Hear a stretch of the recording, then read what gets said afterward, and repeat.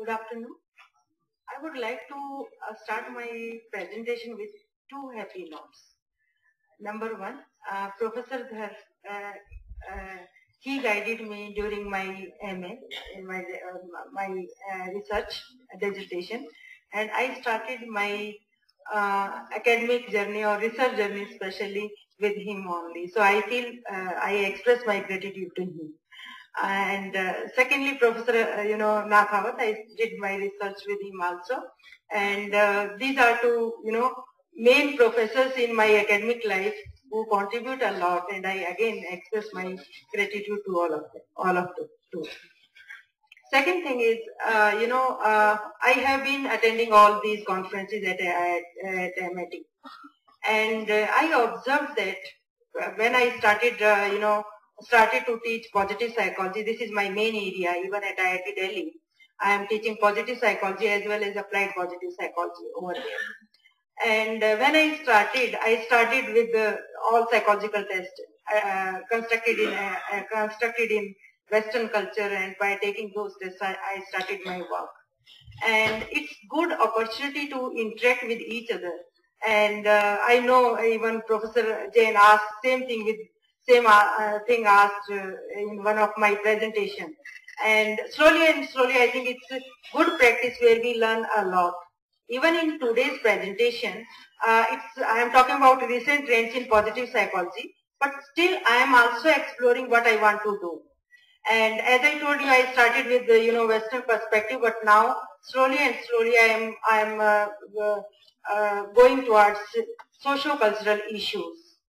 And in this presentation, I'll try to summarize all three things: positive psychology, Indian psychology, and what Indian positive psychology could be in today's scenario. So let us start with definitions, and then methodology, and then research areas which we could explore in today's scenario. So again, I think all of us know about Western definitions of positive psychology, and they are saying that scientific study of optimal human functioning. It aims to discover and promote the factors that allow individuals and communities to thrive. Scientific study of human happiness. Some other psychologists, Western psychologists, define that strengths and virtues that would nurture what is best within ourselves. And positive psychology deals with positive emotions, positive individual traits, and positive institutions. When we talk about Indian psychology actually, if you just go through the historical background of Indian psychology, start with Western perspective only, and all our senior professors took degree or took training from Western psychologists and start in India. So that's why I think we explore first Western psychology, and now we are searching Indian psychology more. So Indian psychology usually emerges from Indian philosophy text and religious texts like different religions: Hinduism, Buddhism, Jainism, Sufism, etc. And if you take Sri Aurobindo's definition, who is a renowned Indian philosopher, he mentioned that natural harmony of spirit, mind, and body. I think all of these definition involve having harmony or balance among different characteristics, and we can get it through yogic and meditation exercise, which are, I think, now known everywhere in India as well as in West. Hallmark of the Indian perspective is in inner directness and spirituality. And as you know, in the morning, Professor Ajit focused on first person methodology. So first person methodology, where we are exploring our own, and then in inner directedness and spirituality explored through introspection or first person methodology. Two other models can be borrowed. Ayurvedic model, where again talking about balance between Vata, Kapha, and Pitta, and Vedic personality inventory and module we have, which is again appreciated in India as well as abroad, Sattva, Rajas, and Tamas. and Professor Kiran Kumar has been working in this field a lot. So if we take into account Western as well as Indian module, then to some extent we can say yoga meditation, which is contributing a lot to positive psychology. So yogic ideas and meditation contemporary to Western positive psychology, and they are all concerned with the attainment of deep and enduring happiness. Why only yoga and meditation? Because along with Indian psychologists, these two methodologies or these two practices are explored a lot by Western psychologists. You just see the University Mahesh Yogi's Transcendental Meditation in the University of Maharishi University of Management, USA. They have documented about 600 research papers which are published in about more than 100 scientific journals. So that's why it's well-known facts, and yoga meditation everywhere considered and counted. As you know, even today's presentation as well as in 2010 at same place, Professor Kiran mentioned that positive psychology is the study of Sattva Guna, making use of Rajas Guna and managing Tamas Guna, and maybe, you know, well-being of past, present, which is related to karma theory. Now, second thing is methodology. When we talk about methodology, actually first we need to know demographic data of Indian population.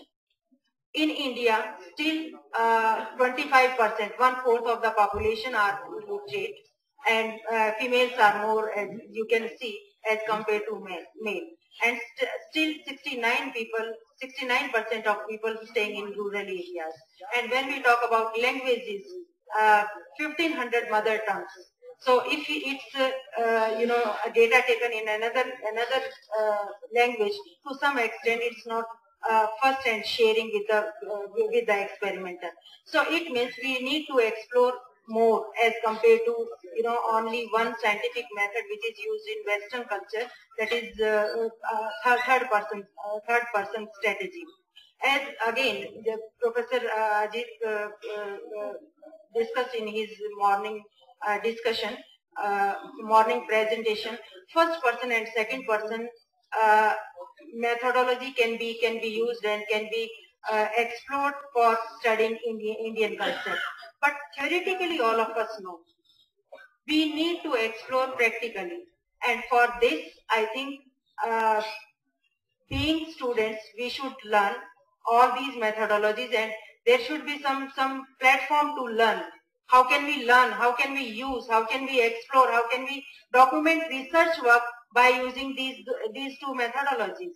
So it's not enough to know theoretically, yes, first person means, second person methodology means, but we need more experience. I think we should introduce Indian perspective, Indian psychology at starting level, maybe with the general psychology, abnormal psychology, and Indian psychology. Then I think our students would be more equipped with all these strategies, and would be able to explore, to do research, would be able to document their work by using these two methodologies. Third person approach, which is you know, well known, and I think all of us, most of us in India are using third person approach only because it's more visible, more you know, shared by our in our curriculum also, and that's why we are more competent.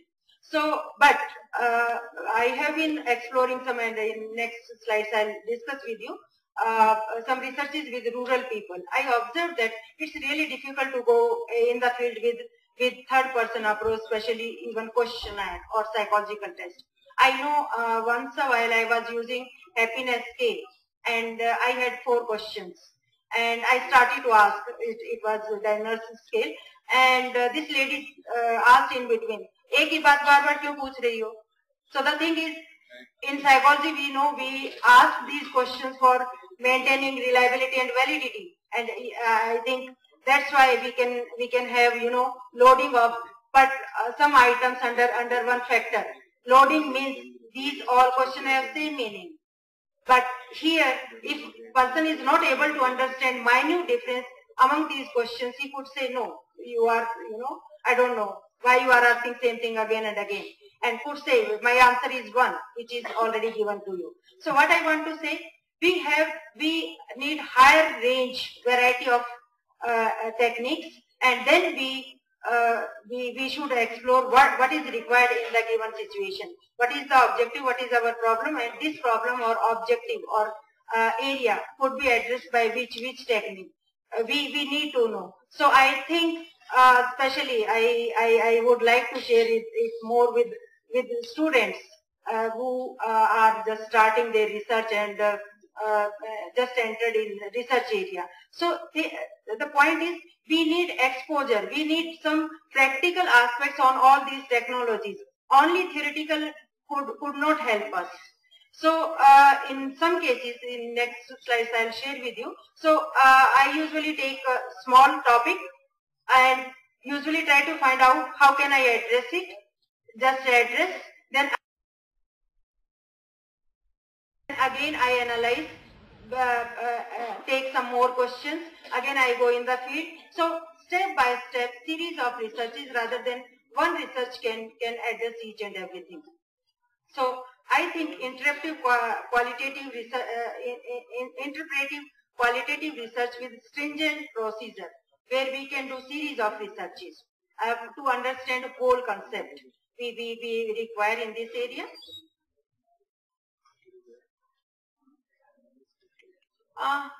When we talk about research, I think some aspects are well known, which are highlighted by worldwide, by all even Western psychologists worldwide known, like James in 1898, he said super consciousness and talked about samadhi, and asakti anashakti, especially in positive psychology. Number of Indian and Western psychologists exploring this area, anashakti, non-attachment, how it's linked with well-being, and what happens when we have higher level of ashakti. And they said that it's a matter of degree, not based on none, all or none principle. Some other psychologists talked about self-realization or Atma Sakshatkar. So there are certain areas which are well known and we know about them. But still, we need to know what could be today's positive psychology. In the background of Indian philosophical research and ancient religious literature, which is subject matter of Indian psychology, what could be today's psychology or positive psychology in India? I have 2-3 examples. You just see variety in our culture. Lady working in the field and another lady maybe from metro city. You just see, can we understand their well-being or positive psychology constructs with same scales? Can we provide them same intervention modules? I think no, not at all.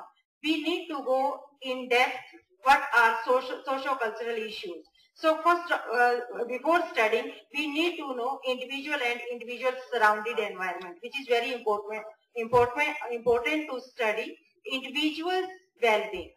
On the other hand, you just see, do you think this person before blogging in the field read Skinner's operant conditioning, and then he trained his bullocks trained bullocks for working in the farming? No, not at all. What I want to say with these pictures, actually ordinary or real life is going on, whether you study it or you don't study it. So when we go in the field, interact with people, it's two-way process. Even psychologists learn a lot, and we could share our strategy with these people. So the thing is actually certain things, because we are dealing human behavior existing in the society, whether psychologists study or don't study. So the thing is, two-way process we need. One way we go in the field, learn from people, as well as we could share our strategies with them. As I told you, individual differences. Again, we did one research in 2010, and we tried to find out difference between urban and rural women on gender discrimination. And we observed that rural women have more gender discrimination, and they highlighted these points. They said because they are less educated, they are less aware about all these their practices and all. Economic independence they have lesser than their city counterparts, and socio-cultural barriers and social pressure they have higher. So they experience more gender discrimination. Now, if we take specific socio-cultural issues, as I told you, you just see and visit this website. I'll say you should visit, because then you could understand how some ideas, Indian ideas, are scientifically studied by Western universities or universities in the West, and they have meditation and physiology, meditation and biology, meditation and social support, meditation and psychological well-being. So each and every aspect of meditation they have explored in all these papers, and very scientifically they have proven. Now the point is, do we have only yoga and meditation here? I think we have several other strategies, several other layman or local practices which could be like yoga and meditation. In this direction, we explored satsang in Indian rural women. If you go in Haryana, I don't know about other states, you just visit nearby park in the evening, and you will find there are number of groups sitting jointly and singing songs. And I interviewed them, and through analysis, thematic analysis, I observed these are main highlighted points shared by them. They said free from stresses during singing. We know when we are stressed only and only when we are attending stressors. If we are not attending, whether you entertain yourself, you listen music, you can do anything. But if you are not attending stressor, you are not stressed. Healthier interpersonal relations, because they are sharing within their group, age group, which is very important. Entertainment of the day. Strong social support and family contribution. Most of them come with their grandchildren. So you just see they are contributing one side to the family, and children playing in the park, and they are singing songs, enjoying their life. They visit outside. They have number of pro-social activities. Recently, I read a paper where they mentioned that giving money, donating money, and happiness positively correlated. So on different occasions, on different festivals, they collect money, they share, they give it to Gaushala, Ashram, Vardhashram, etc. And they find meaning of their life. And it's purposeful, sharing with same age group, again helping them.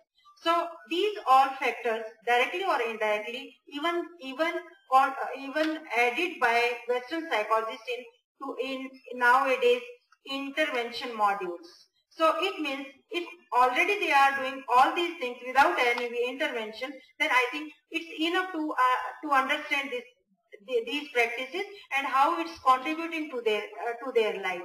There could be two types of intervention. One, which we deliberately deliver and study its effectiveness. On the other hand, second could be ongoing process. That is only one aspect of rural society. Recently, in certain case studies, I came to know they have complaints, especially related to interpersonal relations. And then I thought I should explore it systematically. And I had a questionnaire. Questionnaire was very simple. I just say, for example, injustice. अन्याय पिछले 10 साल से बढ़ा है, घटा है या बराबर? That simple language I had for them. And you just see the results. All negative interpersonal relations, they are saying बढ़ा है, and all positive relations, most of them saying घटा है. So the thing is, they are saying most of them, 67%, 57% can see this data, fighting injustice, lying, competitiveness, mental tension, social pressure, all increase. On the other hand, altruism, respect, cooperation, sacrifice, forgiveness, compassion decreasing. A higher number of people considering this thing. I am just keeping other variables here due to time constraint. But again I thought quality of life was 50-50, quite 50-50. But sometime when I take took extra information, still I had some apprehensions. And again I went with these results. I had focus group discussion which were recorded with their permission, and then I explored them again. And I had clear cut questions here. I said, आपकी जिंदगी अच्छी हुई है या नहीं जब आप आपस के संबंध को लेते हैं? पिछले 10 साल में बढ़ी है, घटी है या बराबर है? एंड सेकंड वन वाज जब आप फैसिलिटीज की बात करते हैं, and they said facilities available, yes, it's improved. Quality of life, yeah, surely improved. But interpersonal relations, they said no, it's deteriorated. So it means scientists are working, scientists are doing their work, and we social scientists need to reinforce and acknowledge our society stands for their safeguard. So it means now our being social scientists, responsibility is higher. Their life is improving due to technology, but not due to interpersonal and psychological variables. I think, again, this query from students, I think all of you know this model. Do you know? Subjective well-being and psychological well-being, which are two Western modules given by Diner and Riff scale based. These characteristics are, these facets are. Yes, psychology students? कोई भी नहीं है. Oh. But you just see, we don't know much about this model. This is very much Indian one, and it's talking about 4 inhibitors: Kam, Krodh, Lobh, Moh. And on the other hand, he said happiness, path of happiness, Jnana, Dhyan, Bhakti and Karma Yoga.